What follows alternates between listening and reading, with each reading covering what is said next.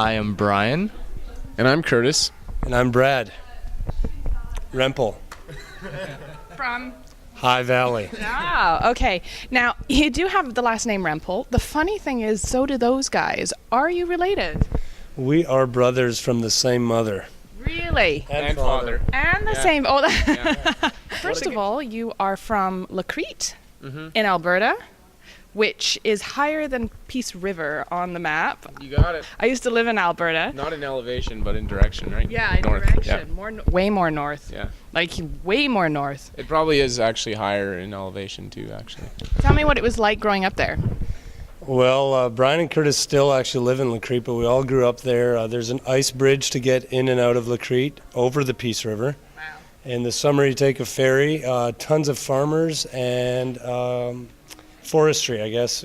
People, do a lot of logging, and there's sawmills, and that's pretty much the entire town. Very small, just over 2,000 people, and a lot of time to learn how to make music because there's not much else going on. Oh, by the way, do you participate in the Calgary-Edmonton rivalry way up in Crete?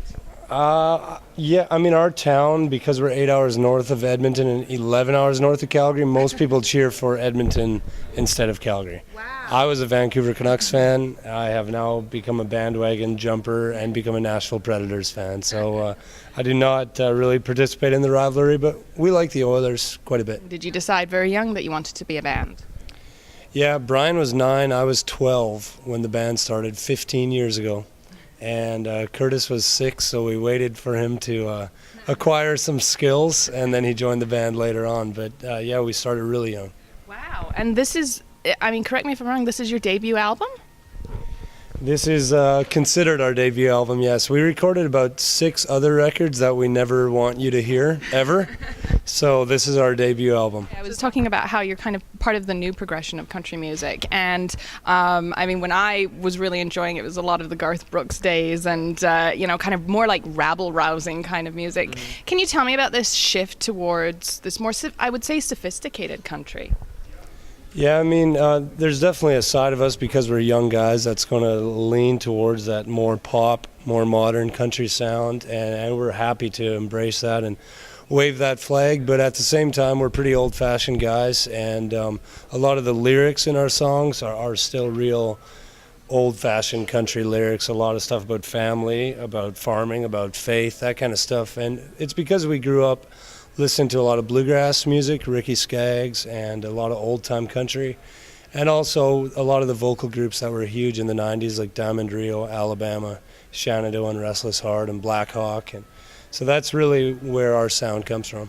Do you guys do any of the big events like Big Valley Jamboree, and are you confused when you go to Big Valley Jamboree? We are not confused when we go to Big Valley Jamboree. We are opening for Toby Keith at the Big Valley Jamboree this summer. Are you really?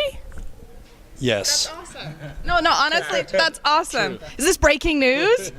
It is fairly breaking news. We're also playing the Capitol Hoedown with, I believe, Sheryl Crow, Brad Paisley, the band Perry, and Terry Clark will be there the night that we're there. I'm sure they're all excited to meet us. Absolutely. I hear you have a new album coming out in May. Well, the first single just went top 15 on Billboard here in Canada. It's called Have I Told You I Love You Lately? Yeah.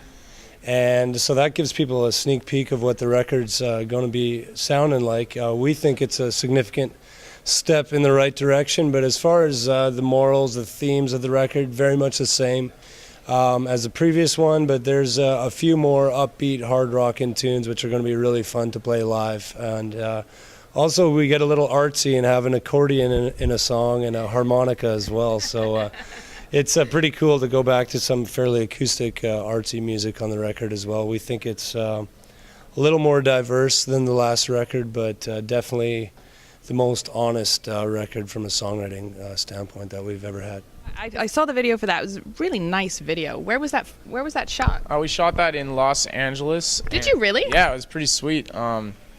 I actually got to drive a Ford Galaxy. It was a 1969 Ford Galaxy down the streets in Hollywood. So, that was pretty cool for me, except that there was like a big camera mounted on the hood and lights shining in my eyes, and I'd never driven in that city before. Wow, I almost made myself sound like a guy that grew up in Crete, Alberta or something. Now, I have a really intense question for you. What's the most embarrassing thing on your iPod?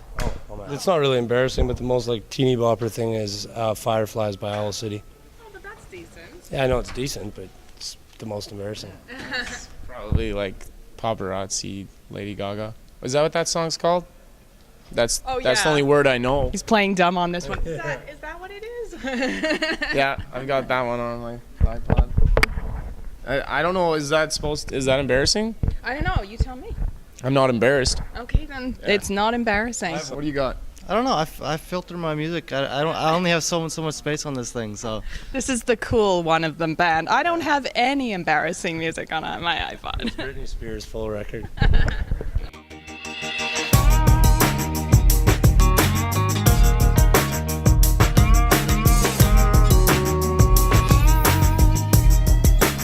So, I totally lost my question. I was doing so well, Sarah. Can you find my question, please? Where did that go? What the hell is that? No, you can keep that question.